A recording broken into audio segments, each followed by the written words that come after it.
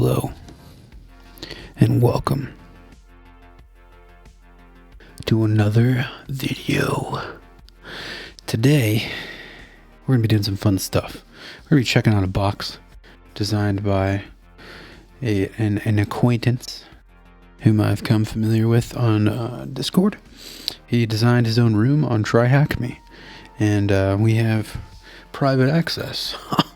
Who'd imagine that? Private access. And today, the mission is to pwn the machine. Doing some initial recon in a previous video. Well, not a previous video. At a previous time, I was able to find that it is a web interface.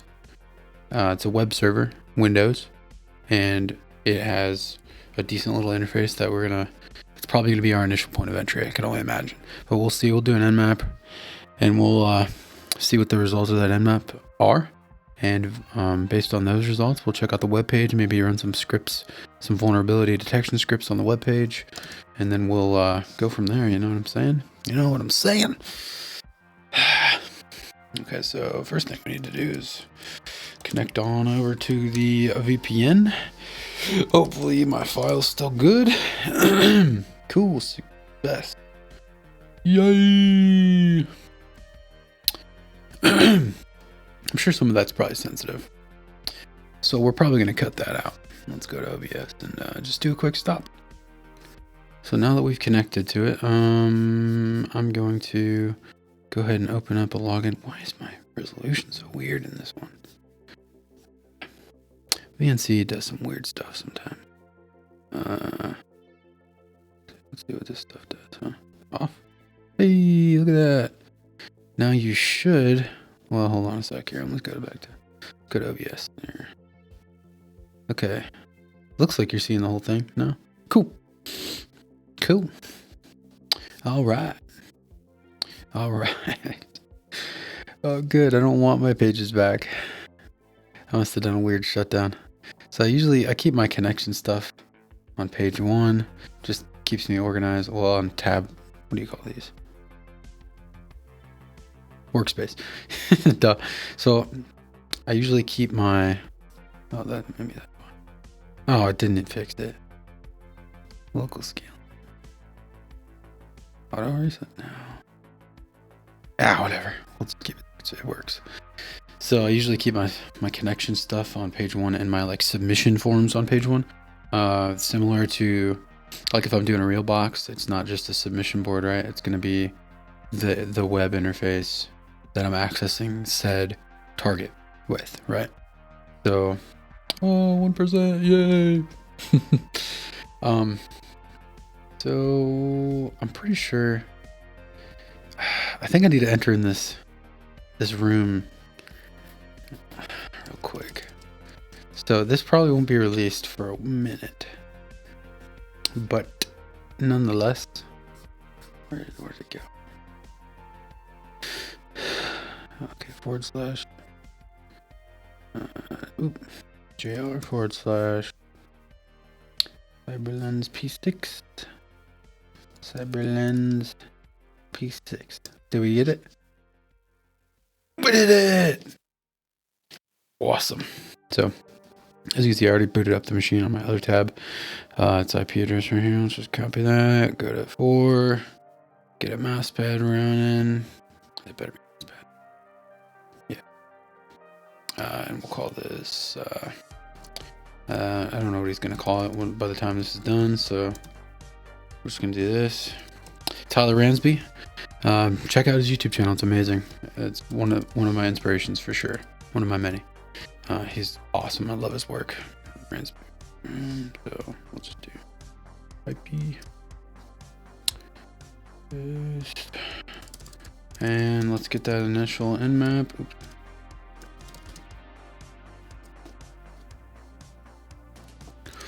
Just because we just want this information to be readily accessible. So when I do my final report on it, if I do indeed do a final report, I'll put it on the shared drive on my network, and so I can work on it separately. That way we don't have to use Dropbox, email, none of that weird stuff. Okay, let's get tab 2 is usually like my designated attack tab, and those are pretty much my preset scan settings. We have it copied so we can just paste it right in there. And so it's going to scan all the ports, aggressive, timing 5, dash SV, so it's going to do service detection as well. So boom, let's run it. This is usually my like initial, and it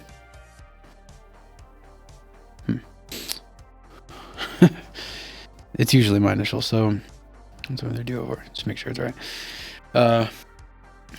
So we'll just, while that's running, let's pull it into here, go on here, paste her in, go, make sure she's up, take a sip. And look at that. Welcome to CyberLens. Welcome to the clandestine world of CyberLens, where shadows dance amidst the digital domain and metadata reveals the secrets that lie concealed within every image. As you embark on this thrilling journey, prepare to unveil the hidden matrix of information that lurks beneath the surface. For here at CyberLens, we make metadata our playground. So there's definitely cool. Looks like we got some sort of submission form, so that might be our ticket in right there, you know, bypassing the file upload restriction. So, but you know, we have to make sure, yeah, it's just gonna grab a file from my computer, right? And then I click get metadata. So I wonder, just take a check at the source, make sure there's no weird comments. That can happen. What was that? Nope. Nothing too weird going on. Image file input, metadata output. They all seem right. Oh, geez. That's long. So, I mean, I have a sense that it wants me to think that it's going to be file upload stuff, but let's just kind of see what's running with good old Wappalizer. So, oh, look at that. Wappalizer 2.457. Let's see if there's a vulnerability on that. The exploit DB. Let's hope. 2457. Let's just try that. 2457. I think that's a pretty recent version though, so yeah, so that's a pretty recent version. It looks like there's no vulnerabilities on it. Yep. Let's just be extra sure. Alright, patch 2.4.57, and let's just duck it. I dropped Google a long time ago. 247 vulnerabilities. Ooh, let's see here. Oh, this one says what's fixed. Let's see. Mod rewrite, write proxy.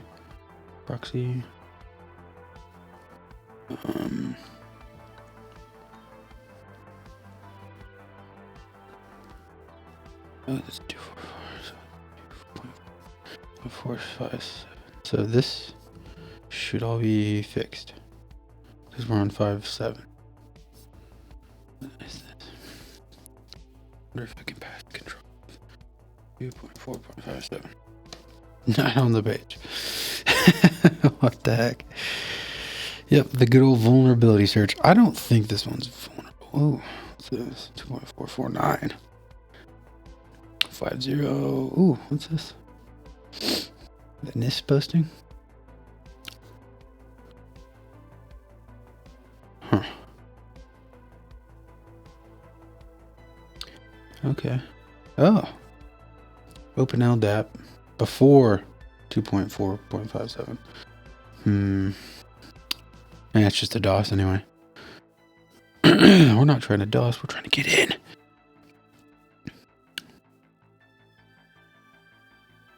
Yeah, it looks like it's one of the more recent versions, so let's drop that research for now.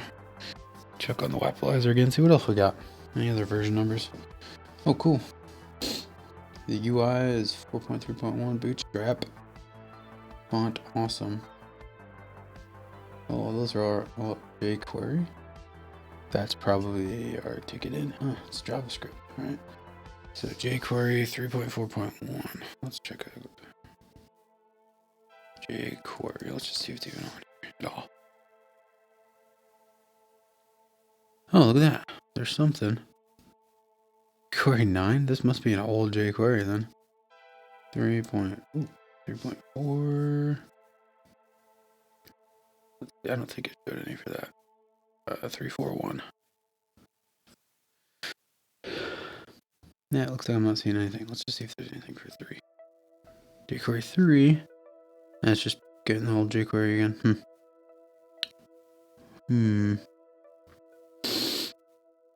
Doesn't look like anything. I mean, arbitrary file upload. This is 9.220 though, so wonder. Oh, well, less than or equal to, so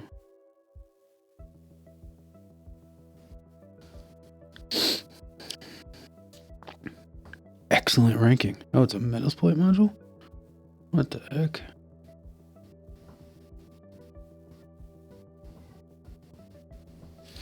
Okay, well, there's something, right? What do we get on the Nmap? Cool. NetBIOS, CyberLens. Oh, you do some SMB checking, right? Why don't we run an enum? Let's take this. Let's just save this output real quick before we get rid of it. That's our initial Nmap. Collection. Put it in here. Cool. Now it's safe. And then we'll do an enum. See what we can grab. Maybe there's like exposed user, fucking some shit like that. I mean, maybe there's like an exposed user, something like that. For editing purposes. So, initial Nmap scan. It reveals there's definitely a lot of NetBIOS stuff going on. The fingerprints showing Microsoft Windows. It's a Windows for sure. Like I said before, I did kind of boot this up and just do like an Nmap, just check it out. Pretty much the same results here. Let's do a quick enum all. I wonder if I do this one more. Paste. I forgot. No.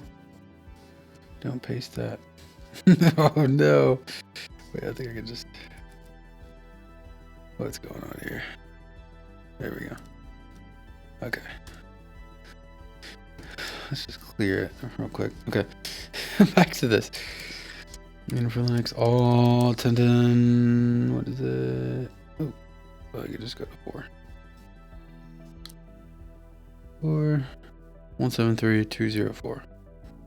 173.204. Boom. It's gonna run all the enum script. Whoa, that was fast, huh?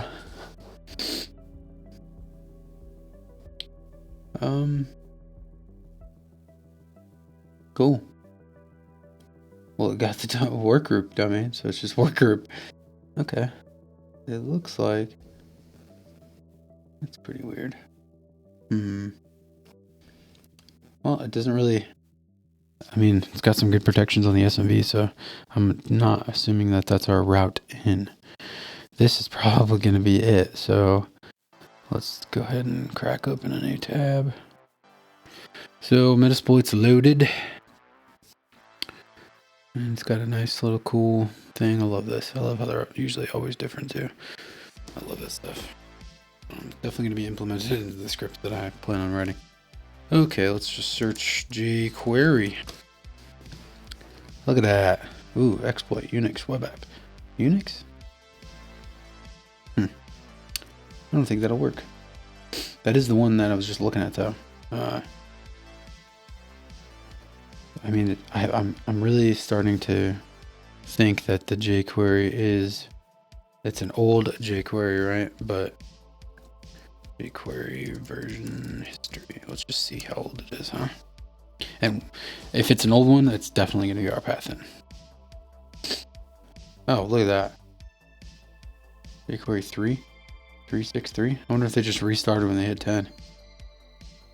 History jQuery Foundation. Let's check it out. I love it. I love it.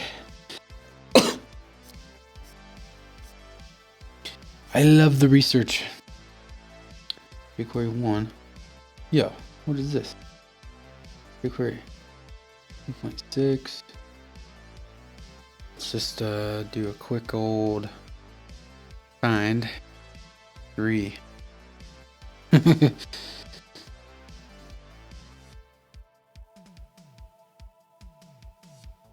Huh.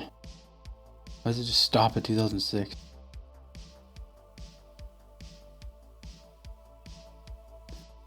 Weird. Okay, well, this must have been its humble beginnings. Back. I wonder why that one said 9. Oh, here we go. This one looks more legit. Oh, yeah, here we go. Let's see. Whoa. All 3.x version. So we are indeed using an old version. Is this one even listed? What was it again?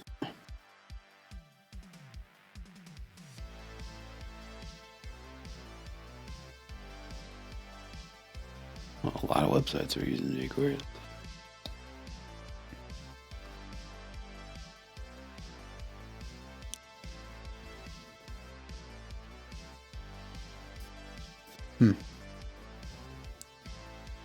Okay.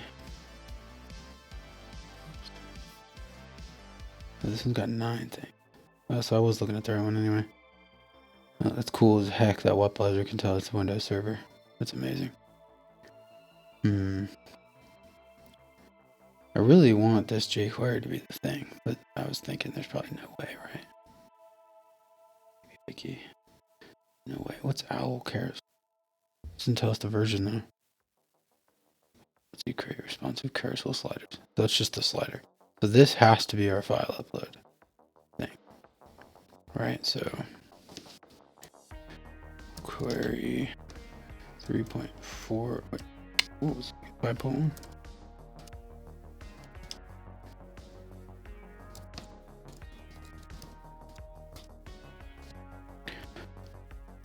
Well, it looks like there is.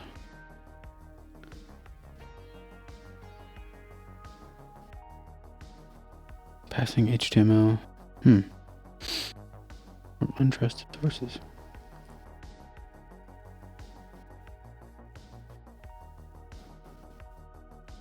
Before 3.5.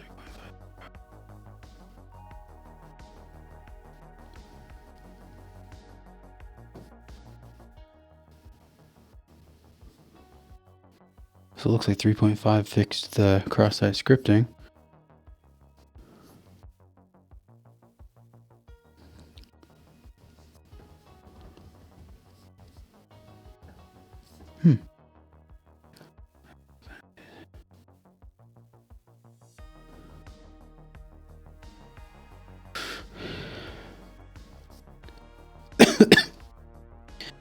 Well, that helps a lot. Excuse me.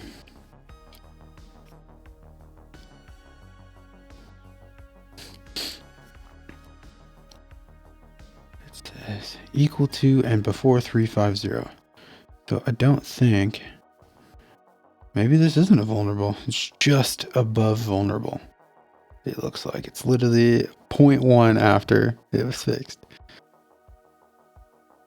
But this one says get 3.7. Oh.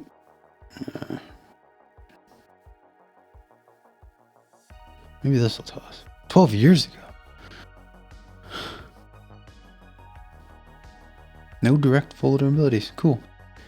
That's 3.7. Latest non-vulnerable. Oh, it's telling me to log in for sneak.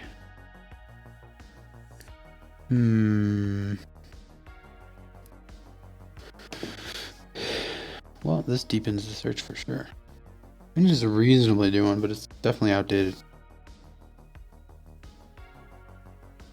jQuery core. That might be something different anyway.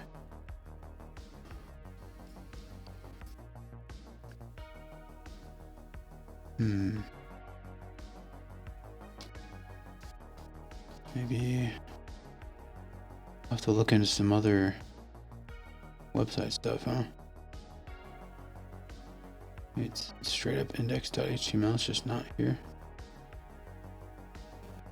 Wonder is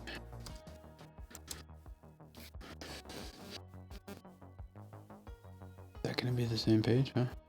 Maybe that's what I have to put in there. Oops, nope, that's what we want.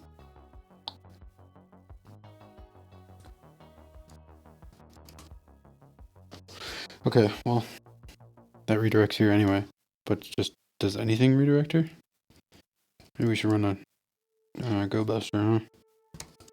Try that. Yeah, no found. So it's definitely, I mean, a Go Buster might be a good idea here, but before we do that, let's just try setting our host to that.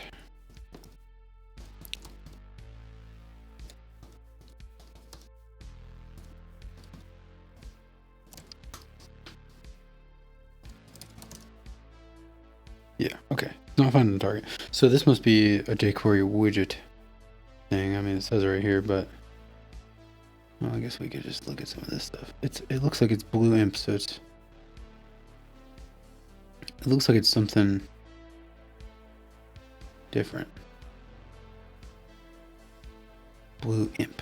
So whatever. I thought it looks like the creator. Blue imp's jQuery. It's not though. So that's why this version number is different, huh? Let's go back. Let's backtrack a little. Fast reversal. Yeah, 3.4 is just not on here, so we could try an old one, but let's see. Let's see what this one says. Remote file upload. I mean, that's what it is.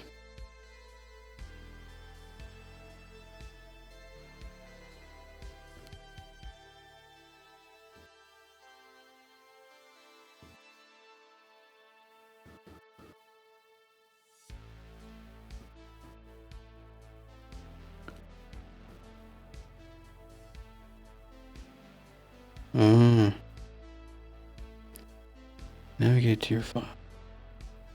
Type files. Yeah. Let's run a quick Deerbuster now since this isn't working. I was wrong. But like many things. Look at that. Already got it stood up. Word list. We'll do the medium. See if that catches anything. Pretty much like a dragnet. Go for bang. Look at that. So finding our images.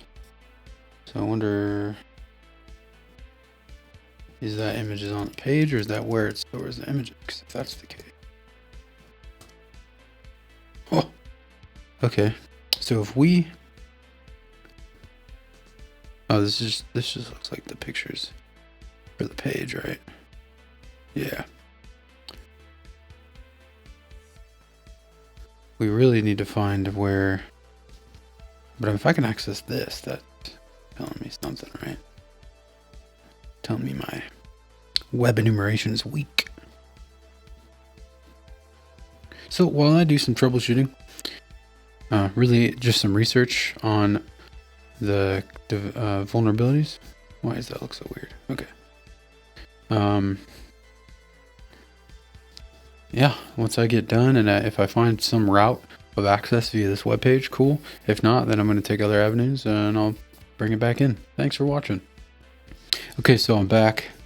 I am back because I don't know if it just took a while for everything to get initialized, but it's been like 15-20 minutes since I turned the machine on. But hey, I uploaded the .jpeg and it's pooping me out the metadata for it, so that's pretty cool. So at least we know when we put a file on there, it's doing something, right? So now we just need to figure out how to get it to probably execute a reverse shell when it gets that metadata, right? Because what's it doing to display these characters, right? In that, it's got to be executing something. Or at the least, we can figure out where these images are being stored, and once we access that, it could run our reverse shell that we craft. So, well, now that you're back, we're still running the directory buster. For some reason there's 3 images things and they're all the same. So that's weird. But yeah. There's a lot of weird stuff too, like the forbidden 20% checkout, doc root, con, 2001-09 star, Davin Moore star. So that was, I mean, that's a name though. That's pretty cool. That one just showed up. So yeah, we'll keep chugging away at this, right? We're probably gonna want to run a. I'm gonna do the enum, but I'm gonna try it with the domain name instead. Oops. Illegal. Same thing. Cool. Okay, so our enum's not really finding anything, so let's try and just craft a reverse shell, huh? Use this one, right? Start her off the bat with some Shikata. Our localhost is obviously going to be my VPN address. 596. Port 444 is fine. Let's just see if we can get something to work. It looked like when I was looking in there, it's going to accept. I said it was accepting JSON, but first I want to try image. Well, so image, aka JPEG. So, and then we'll call it rev shell for CyberLens.exe. We want .jpeg. So let's just see what happens. Yep, my address, port 444. So let's craft it. Gonna run the Shikata. Let's open up another tab here. Make sure that's running. I'm just assuming, I know it's Windows, I'm just assuming it's going to be x64, so. Oh, doesn't look like it lets me to poop out JPEG, huh?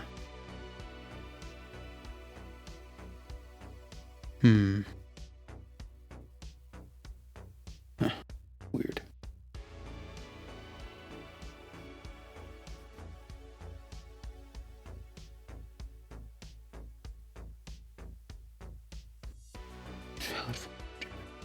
That's hilarious. Yeah, I think I kind of understand what we did here. Since it's Windows, just make it an exe, huh? Try that again.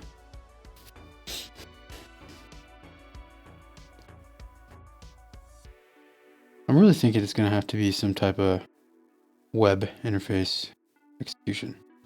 Well, it gave me the file, so. In the meantime, let's get a netcat going on the same port. Here. Let's load up. Let's see if it even what it does. We're just shooting in the dark right now. It doesn't look like there's any vulnerable services running though. I did some investigation on some of these directories too, and it doesn't look like anything's really exposed. That's hilarious. So we'll just throw that in there.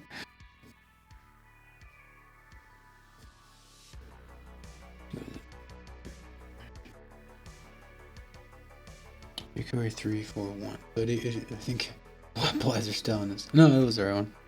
341. Well, either way, that one isn't vulnerable either. But let's just check. Jquery 3.4.1 vulnerabilities.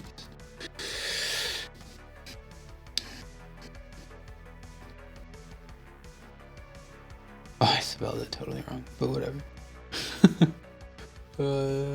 Before 350, so actually maybe that's what it is. Oh, this whole time, huh? This is just the one we clicked on earlier that just says it's DOS.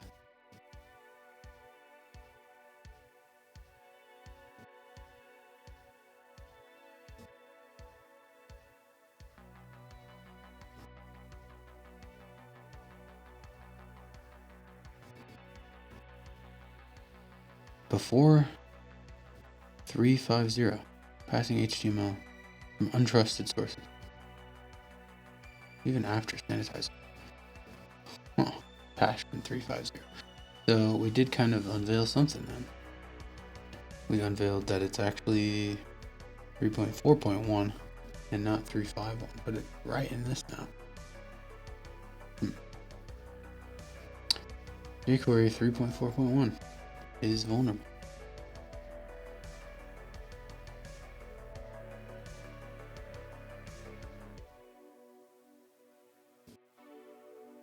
This is 1.2.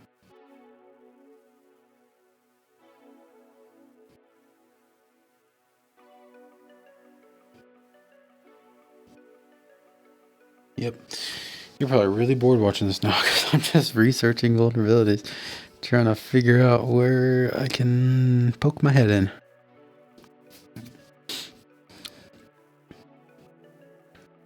Did I look at this already?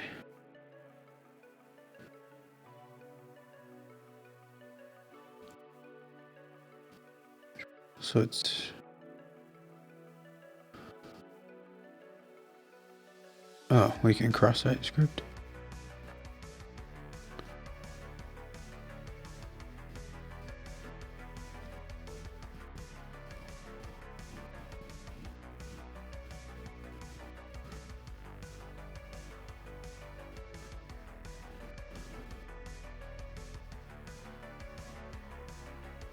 So, okay.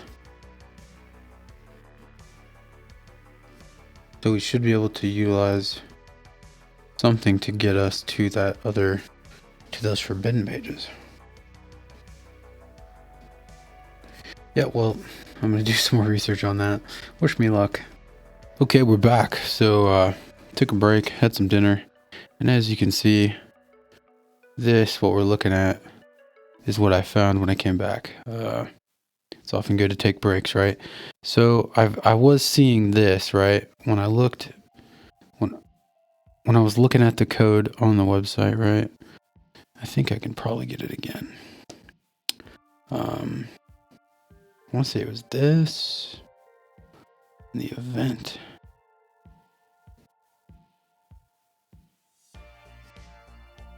So,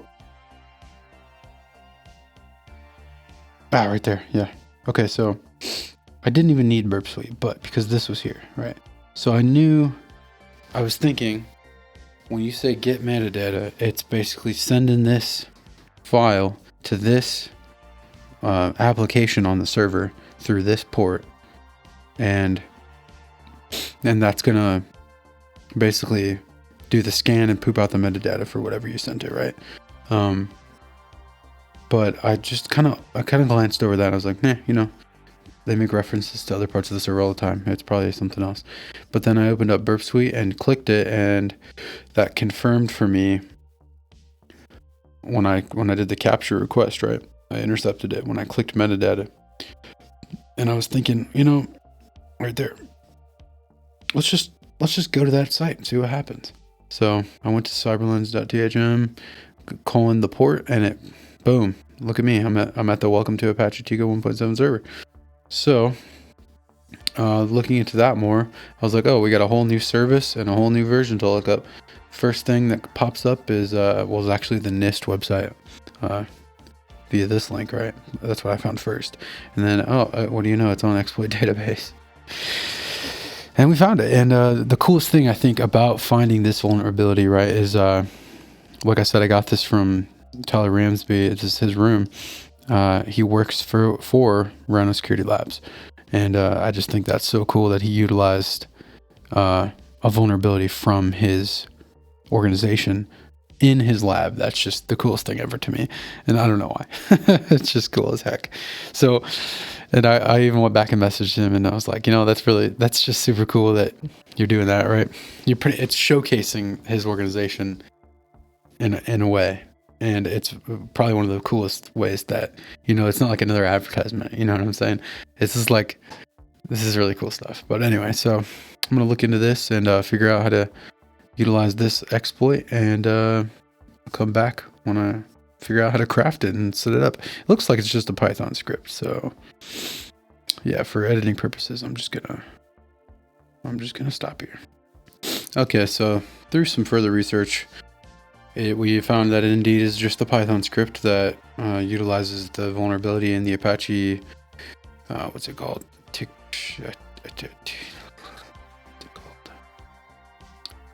Tika server, yeah, the Apache Tika server. So yeah, here it is. Essentially, you could just copy and paste this and call it, save it as .py, and run it in Python if you wanted to. But essentially, you're gonna need to fix the print stuff. Well, at least I did, or else it won't run.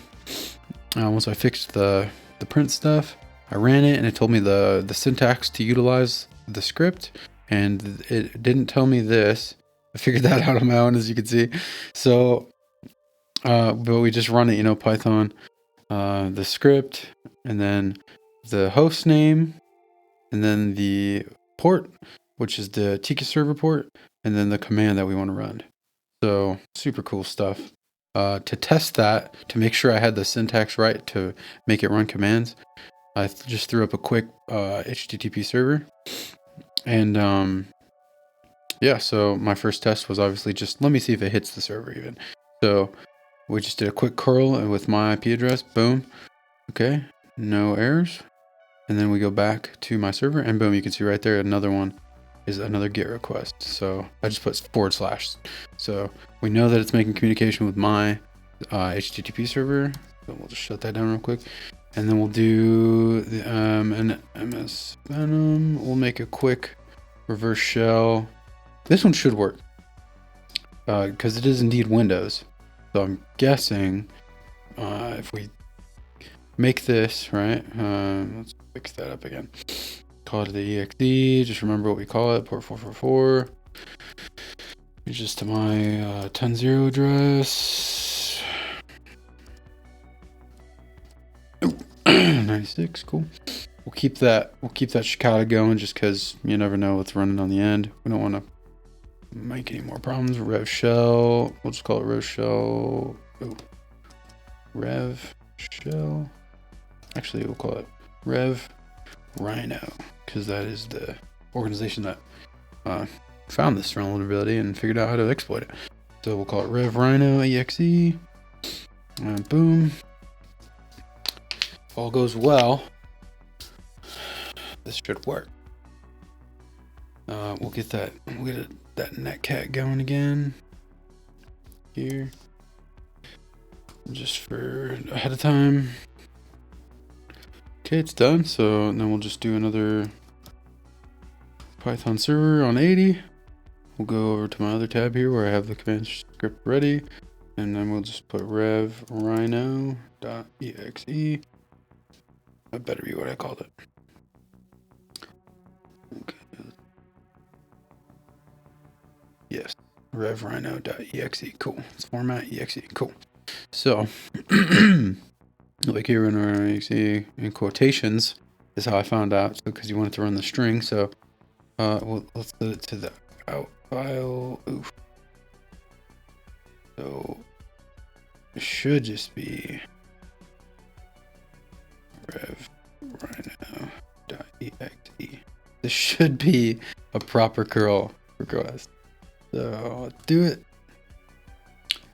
Make sure we sent it. Yep, they got it. 200. Okay. So now, if the file is indeed there, I can just run another one of these guys. Curl. Oh no, not curl. We'll just do rhino.exe. So now it should just send this to execute the program, right? And if we do that, cool, with no errors, then we go here to my netcat, and we should get something. If it indeed the -o saved it correctly. It looks like it did not. It should happen a lot faster than that. Okay, so let's revamp that curl request a little bit, and maybe it's this. Let me just do that. Huh. Actually, let's just not put the -o. Huh? Try that. See if it got it. It says it got it, so if we're lucky, and we didn't have to put -o because we didn't want to rename it anyway, then this should work. But as you can see, we're still not receiving the request. So while that's doing that, let's just real quick revamp the. I swear it was -o space, but I could be wrong. Rel syntax.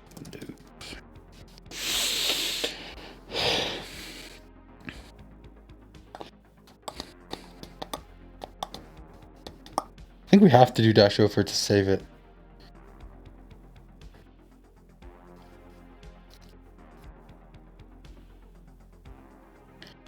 -o.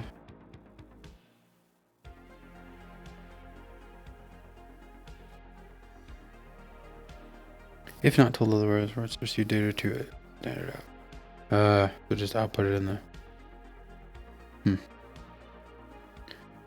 Okay, it can be instructed to save that data. Yeah, that's what we want, using the -o. Okay, so I was right. So it needs -o. Is there like a syntax example or what? Be -o.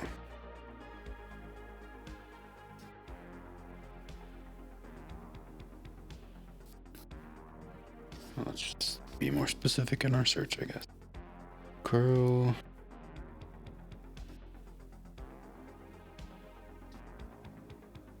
-o.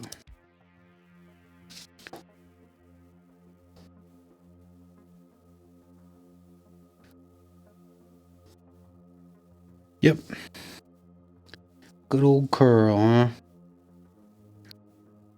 Oh. That's what I need. Oh, shoot. Amazing. Tiny. Download. What the heck?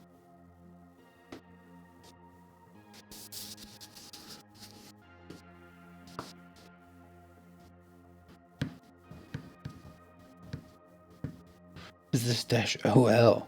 What the heck? I bet there's more, huh? No, that's it. Application. What the heck? This is weird stuff here. I've always been able to do it just -o after the file.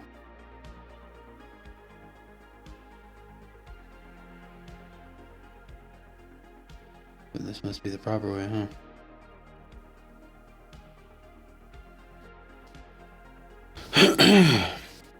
Let's just make sure it didn't take forever and now it's working. Nope.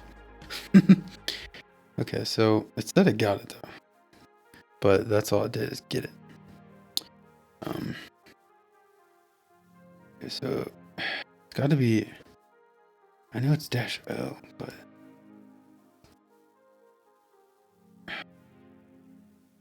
it was acting really weird when I did it this way. So let's try it like this. And then let's send the execute. And then let's check reverse show. It got it. Again, it got it. It's still no reverse show. Okay, well, I'll do a little more playing around and some research and I'll come back. Thanks. I got it. And so as you can see here, I tried a lot of stuff. I was really trying to figure out that curl stuff and then how to execute one of my reverse shells that I crafted. For a while, I tried a lot of that stuff. Tried netcat, see if that was on there maybe. Tried one PowerShell script, tried another one. And then I was like, there's just too much stuff going on in this one. So let's try a base 64 encoded one. Sent the request and lo and behold, we have a response. Oh, reverse shell success feels so good after trying that hard, especially. Awesome stuff. Yeah, I'm loving it. So here, I'm just gonna add this into my report here.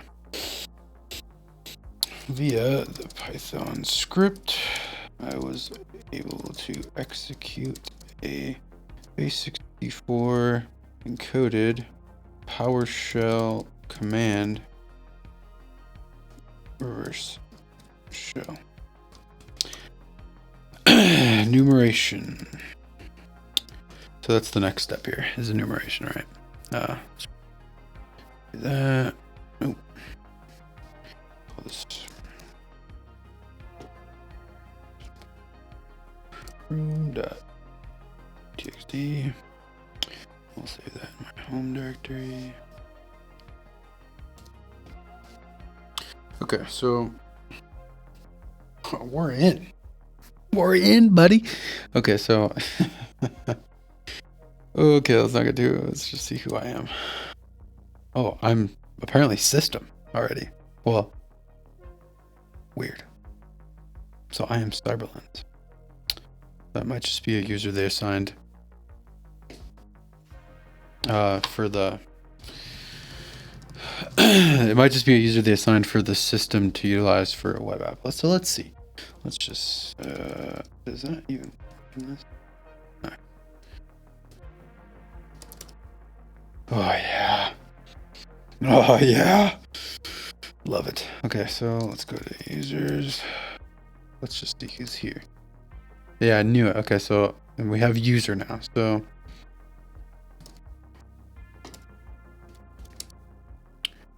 directory, it's just a normal account. So hopefully on the desktop will be our first flag. Yeah. Okay, so awesome. Okay, so that was a good challenge. I liked it, especially because it's been a long time since I've done any web app stuff, and I really needed to flex my muscle on that. So I'm loving it.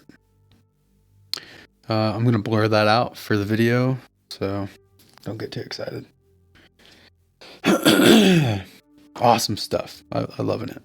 Okay, so let's get admin now. So now we're in the Privesk. So now, yeah. So enumeration, we arrived as user. We'll just do it. Enumerated to the desktop.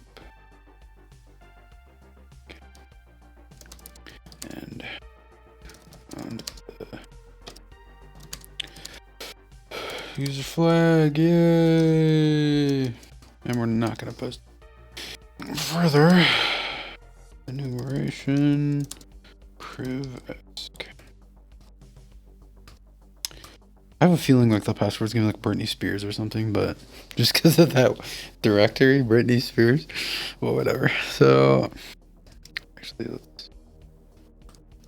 Okay, so following some Windows privilege escalation, we should probably just get a linpiece on there, so or a winpiece in this case. That's like the first step as soon as we get in, right? So yeah, let's do that real quick. Pretty sure I have a winpiece on here.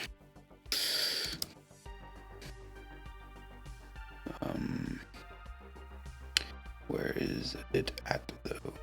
This image stuff. I know I just used it. Oh, there it is. P's. Let's see, there it is. One P's x64. So then we'll just do. Oops. Actually, we don't even. Yeah, we'll just do the.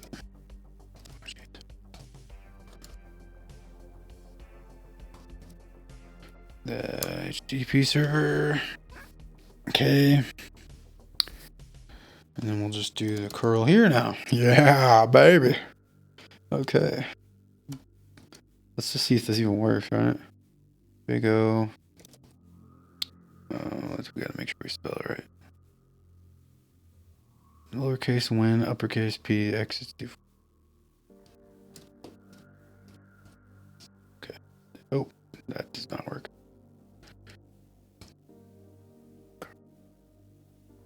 Let's just see what that even does. Okay, doesn't tell us what we're doing wrong. That's good. Show 1496 port 80 file winps 64.exe. And it's not there. That's good.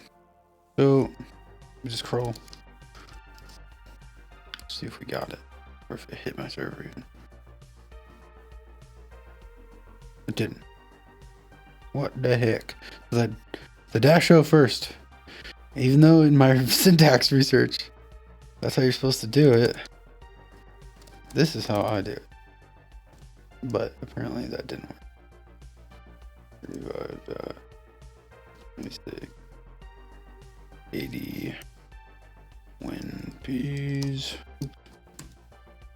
Export.exe, and then I do -O, and then we'll just call it WinPs.exe. And this looks like it's working. Directory. There it is. So that's really weird. Through that via the remote code execution Python vulnerability script, I was unable to download a reverse shell, but I was able to run a PowerShell reverse shell, so that's cool. Anyway, let's run the WinPs. Hopefully it doesn't break in this weird shell we got going.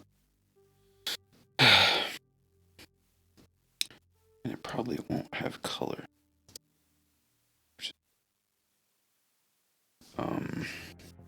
That will be in the README. So close this. Yeah. Heck. We gotta look at the README. We gotta look at the WinPs README. I know there's a little command thing you can do when you run it at the same time, and it'll give you color. So, please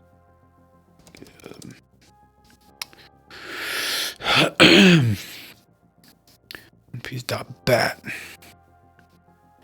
So, I swear it's this right here.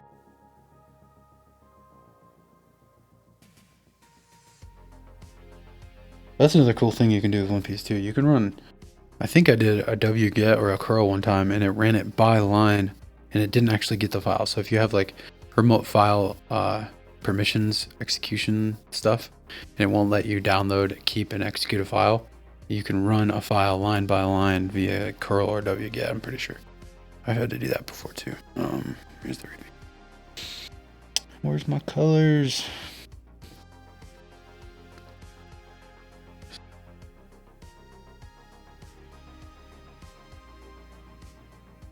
Blind.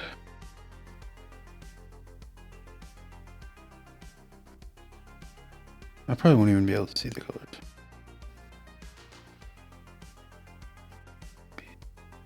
Oh, maybe it's in here. Here's the README for the exe.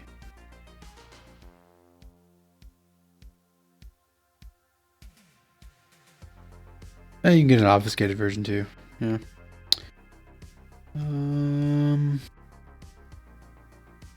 Color. Where am I color? There it is. Okay. Oh, okay. So I have to do this command apparently. So we copied it. Hopefully it doesn't break it. We'll just do it again. Hopefully, I don't even know if it'll work in this weird shell I got going. So okay. Like I can't even up, you know.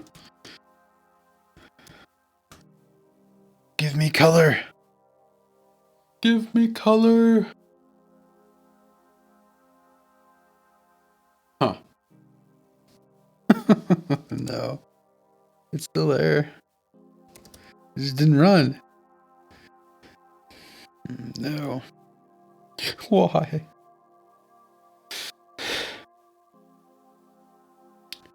That's really weird. Okay, well, let's just do some research here and see if there's any weird files that we can use, huh? Maybe they got plain text creds. Oh, LS works. That's cool. Management?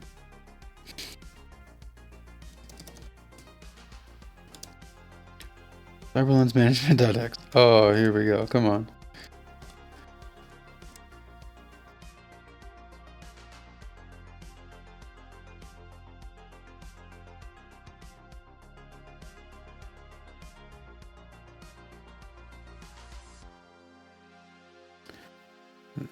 That screams RDP at me.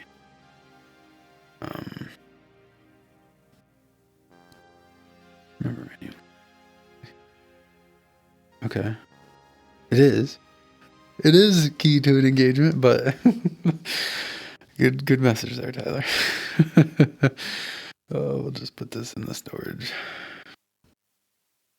What are you getting at?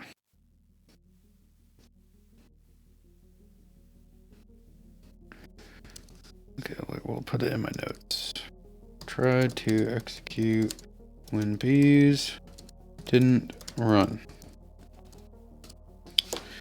Okay, so I mean that screams RDP to me. So let's open up some RDP real quick. I mean now we got the password. Or is it the same password for the admin, you know?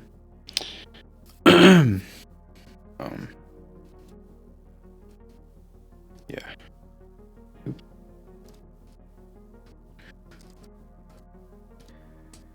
Get a remina going.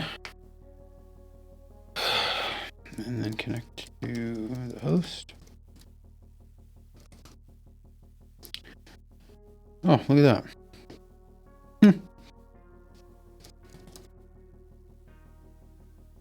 Wonder if I have to do proper. Yep, I do.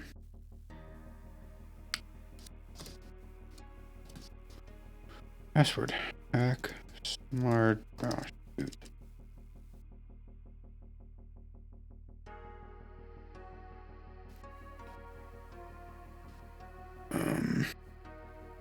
The domain. CyberLens.thm. Okay. Look at that.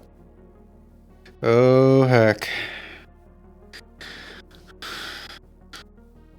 What in the heck is going on here? What's the order for? Is this gonna? Oh, yeah. Oh, yeah, dude. I knew it was gonna be weird. Like, I wouldn't. It's just a weird shell access we have. So, let's do some display stuff. Because this is just this is unreal. Oh, no. It's I have to use it this small? That's terrible. Where'd my win piece go? What if it just doesn't let me run a CMD or something? Let's just try something real quick. It asked me for the password right, but what if it's the same?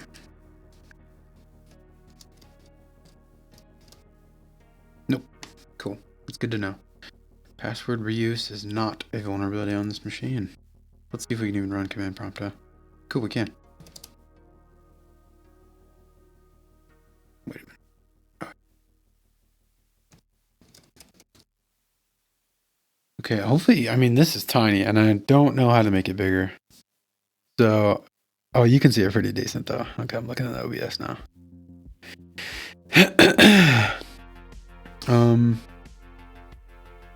Yeah, we're doing a 14-minute segment already. Cool. There.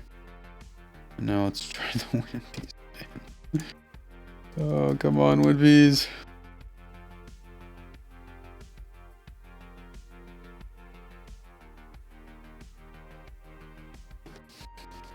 Ooh, what was that? Big batch of red stuff. Ooh. Okay, it ran. Let's look around for stuff. Red is what we want.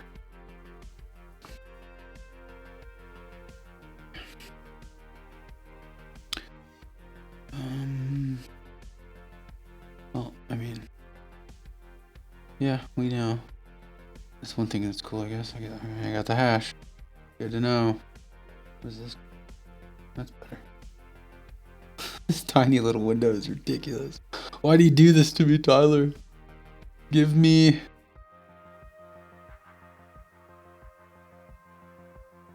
we should just take this hash just to have it, huh? I don't know if I can copy out of here, though. No. Because I'm VMing through a VM at this point. So let's keep going. There's good. TLM hashes are always good, but... could screenshot it and then copy that text, but DNS cached. Huh?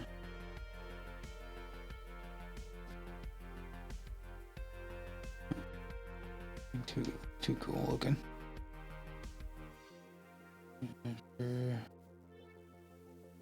Firewall enabled domain, sure. There's no firewall. Cool, that makes stuff a little easier.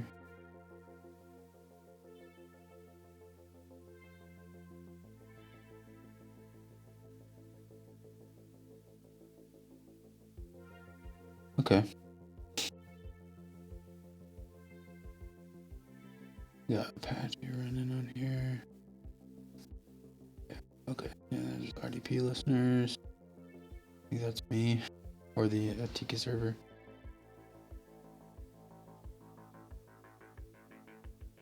Yeah, so I'm going to keep going through this stuff, and once I find the avenue to privilege escalation, if it is in here, we're going to take that avenue and come back, show you the cool stuff.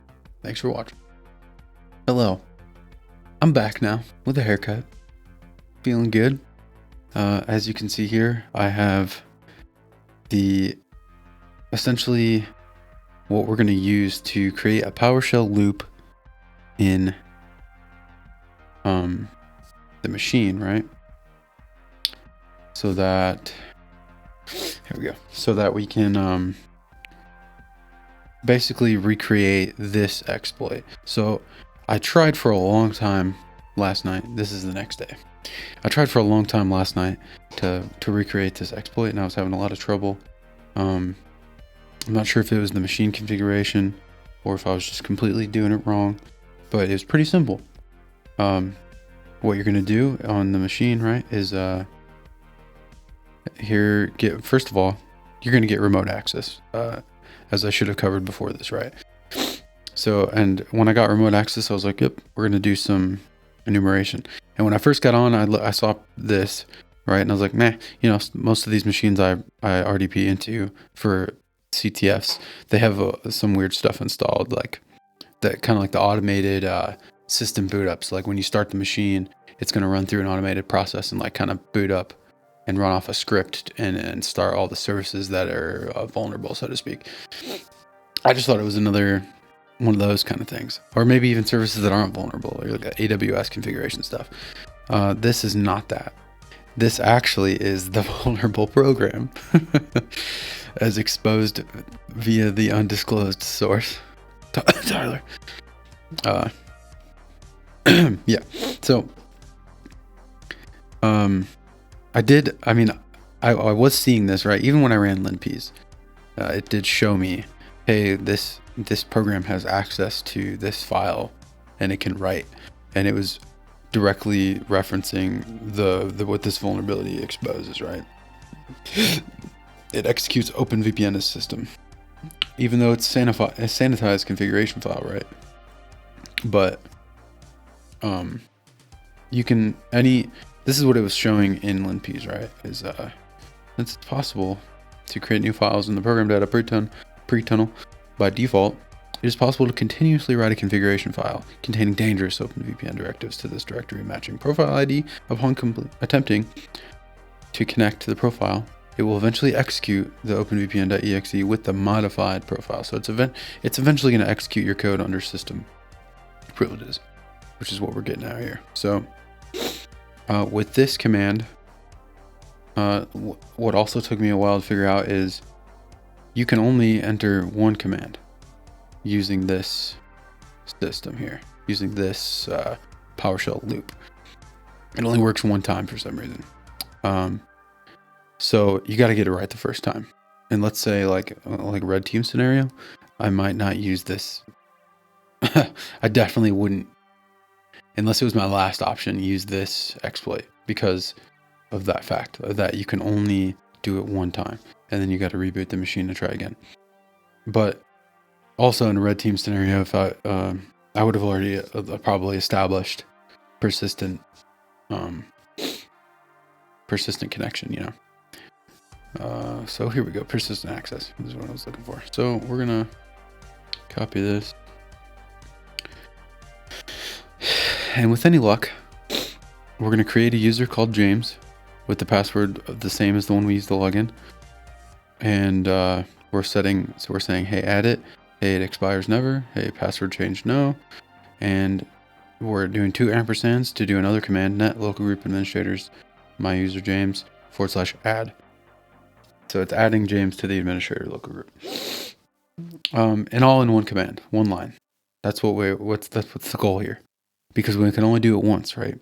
Before, I tried creating a user and then doing another command, hey, add that user to administrator. Didn't work because you can only do the command once, that I'm finding. Tried it again. Hey, let's make the user that I'm on in the administrator local group. For some reason, didn't work. Tried many different command variations. In the end, this seems to be the only viable way to recreate the exploit, right? Because even in the example of the exploit, right here, it's going to show you, hey, their command was net local group administrator low-priv add. So the account already has to exist for you to be able to do that. But so I'm wondering, right, if in the original exploit you were able to do it more than once. I don't know. But on this machine you can't do it more than once. You can only run it one time. So that's what we're going to do here. I copied it, and then we're going to make a new... actually, we don't need to do that. I'm pretty sure this is right. Well, if it's wrong, we just got to restart. PowerShell. Go PowerShell. Go back to this program. Part of the exploit, importing a profile, which is going to invoke the name that you have in the PowerShell loop, which in this case, in the example, it's privesc is the profile name. So why not use the same one, right?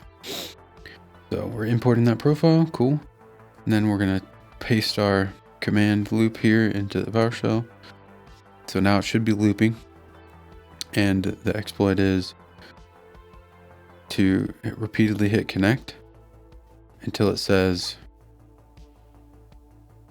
what's it going to say here? Unable to connect or something like, yeah, internal server error. So that means it should have written to the file, and we can verify that by going to the file where the log file was created. Here, pref tunnel, and just make sure it didn't do it. I think that's what we were aiming for. Maybe we got to do it again after that. Connect. I don't know. I had to do it a bunch of different times to get it to even. There it goes. So it did it. 614, 125, 125. Yep. Okay, so now, with any luck, we will have a user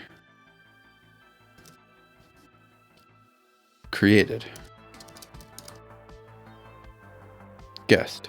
Okay, look at that. James. Sick. Alright, so it created the user, so it did work. So now we should just be able to get another, oh, here it is. Get the Remnant window. I think we can log in with him.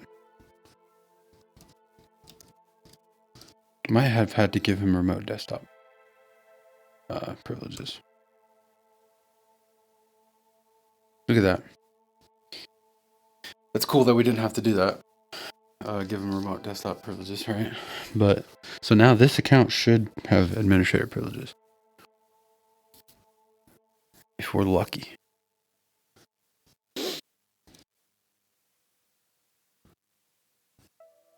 So net user James. Administrators. Look at that. It worked. Well, one-liner is the answer. So I don't know if I'll cut all the stuff out and just get to that, but hey, we're here to learn together. So and help us build our Active Directory enumeration skills. And one of the best lessons, I think, and I've said it to Mr. Ramsbey, one of the best lessons I think that this CTF teaches is manual enumeration. Because no matter what automated tool you run, you're probably not going to find any of that stuff that leads you to these vulnerabilities to research them and then exploit them, right? But you know, it's all part of the fun. So let's get out of this. Why is this so slow? I wonder if I can resize this one. Let's make this full screen. Yeah. Okay. There we go. It's just kind of slow. I think I got a lot going on. CD and then CD users, CD administrator. Huh.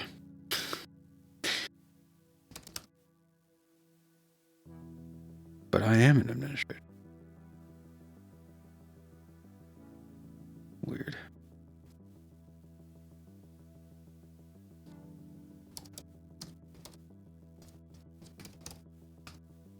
Access is denied. That's good. But we're an administrator. Why is my access denied? I mean, I should be able to... Let's just... Oh, it's because my command prompt wasn't administrator. Duh. Well, there you have it, folks. Mr. Ramsbey, excellent room. I love it. It's just kind of a finicky vulnerability, it seems. Just good stuff. Keep it up. And I'll be here to test them out whenever you get them. So thanks for watching if you have been. And enjoy your time doing the CTF. Yeah. Well, later.